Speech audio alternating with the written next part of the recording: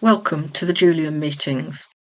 Our booklet, Going into Silence and Coming Out, offers guidance on how to lead into and out of the silence in a meeting. It is read by members Jackie and Bob. The Julian Meetings. There can be no set patterns for going into and coming out of the silence at a Julian meeting.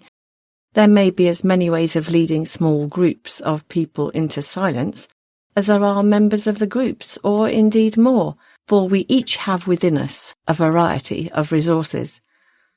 These resources are the raw material of our silence. Each Julian meeting is a unique experience, for it depends not so much on the method or even on the leader as upon the members. Little depends even on them, for all they can do is wait. The initiative is with God. It is perfectly possible for members of a group to come to their chosen place of contemplation in silence, to maintain their silence for the agreed time, and to leave as they came without a word. This may be the chosen way for those who are well practiced in contemplative prayer and who often meet together at other times. Most Julian meetings, however, benefit from some type of lead-in as well as a gentling out of the silence. This pamphlet tries to suggest tools which may be used in any way appropriate to a particular group. There are more ideas in the JM pamphlet, Your Turn to Lead. The setting. Because we are physical beings, the physical setting is important. The chosen place should be quiet, without distractions, and conducive to prayer. It should be warm and comfortable, though not soporific. This is a counsel of perfection, and many Julian meetings have to make do. Often a church is the best place, even if it is cold, but we need to be aware of the ambience and to be prepared to search for the right place. Ideally, the group should be in a circle, or as near as possible, gathered round a focal point. Atmosphere can be created. Symbols have the power to reach deeper than words. Traditional Christianity has recognized this as much as any religion. Lights may be dimmed at the beginning of the silence. A candle may be used, symbolizing fire, light in the darkness, the spirit, or simply as a focus of attention. The candle may be scented, or a stick of incense may be burned, or scented oils vaporized. Perhaps this is best avoided if any members have asthma or are sensitive. Many people find music helps to set the scene. Poor sound reproduction and clicks and switches may cause distraction. Some people who use music to lead in and lead out will record 30 minutes of silence between the pieces of music. Music for times of meditation. Choosing music for a group meditation needs consideration, for not all music is suitable. It's best to choose something which flows gently, with gradual rather than sudden changes of volume. Some percussive music may hinder contemplation, so piano music may be regarded with caution, since the piano is a percussive instrument. However carefully chosen, a piece may turn out to be totally unhelpful to someone. It may be a matter of trial and error, and a meeting could find it useful to keep a list of pet hates. It is, of course, important that the music be presented without the distraction of noisy switches and a tape hiss. The programming facilities and remote handset controls of modern audio equipment are ideal. Going in. Relaxation. Relaxed yet receptive. This attitude of prayer comes with practice, but just as we try to create the atmosphere for silent contemplation, so we can set the mood for our bodily state. Many meetings use a centering exercise to bring their bodies into stillness. Relaxation exercises are most helpful to some, or simply standing for a while, stretching and relaxing with deep breathing. Taking notice of each other by saying the name of one's neighbour round a circle is one way of getting started. Going in. Focus. Stillness of mind and body can be hard work. Most people need a focus. Individuals may have a mantra, a word or a phrase which is repeated silently, and they are free to use it as they wish in the silence. But there are other ways of focusing the attention while leaving the spirit free. Looking is helpful, and many simple objects may be evocative, especially when coupled with a suitable phrase or sentence.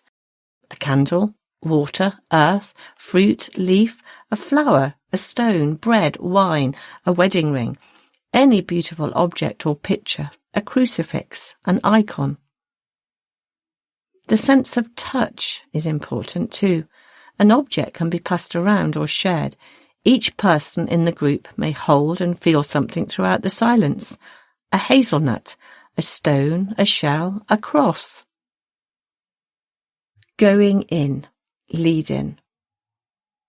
The aim is to still the mind as well as the body, so the lead-in should help people to relax and to focus mentally, physically, emotionally and spiritually. A short passage from the Bible, or from a modern or classical writer on prayer or recollection, or a suitable poem can enable members to let go of the busyness of the day and to settle down together. Or a short talk may be appropriate. If it is a simple story or something personal about prayer and contemplation that the leader wishes to share with everyone. This is not the occasion for a lesson or a sermon. The reading or talk should be devotional, leading to God. It should concentrate not on ideas about God, but upon how God is revealed in words, in the world, and in me. It should be simple and brief. Some meetings like to hold hands during the talk or reading. The silence, the heart of every Julian meeting. In the Julian meetings we have no set length for the silence. Many have about 30 minutes of uninterrupted silent prayer. Some have longer, up to 1 hour. A silence of less than 20 minutes may not be enough. One meeting has members scattered over a wide geographical area. They make the most of their meetings, after their long journey to the venue, by having 3 silences of 20 minutes, separated by short readings. Nor do we have any set way to use the silence. While this is a matter for each individual, we wrote our pamphlet, Some Basics of Contemplative Prayer, to offer guidance on using the silence. The one thing Julian meetings always have in common is commitment to silent prayer in the Christian tradition. The silence in the meetings is enriched and deepened if the individual members regularly use silence in their own prayer life. And in turn, each member will be strengthened by the corporate silence and be encouraged by the assurance that others are travelling the same road. Coming out. Coming out of the stillness is as important as the lead-in. Some people go very deep during the silence and need to come out gradually. They can experience too swift a surfacing, almost as a physical blow. The lead-out should be as carefully prepared as the lead-in, and should include some element of taking notice of others in the room. Very quiet music, slowly increasing in volume, can gently help people out of the silence. Words should generally guide people back to the original focus, and through that to each other. Having ended the silence, people can begin a gentle opening of the eyes and moving of fingers, with a growing awareness of the body and of each other. It may be helpful at some point to say something aloud together, perhaps the grace. One Julian meeting passes the peace at this point, as in some communion services. The whole experience. Ideally, the going into silence, the coming out, and the readjustment to the tangible world should be integral parts of the whole experience. After all, God is not more present in the silence than at other times. We choose silence in order to become aware of His presence, to try to know His will. Each time we come out of the silence, we bring into the world a little more stillness, a little more awareness, a little more of the love of Christ. We hope you found this reading useful. The print version of Going into Silence and Coming Out contains recommendations for readings and music to use in meetings. This and more can be found on our website. You might also find the booklet It's Your Turn to Lead the Silence useful. Our website address is www.thejulianmeetings.net.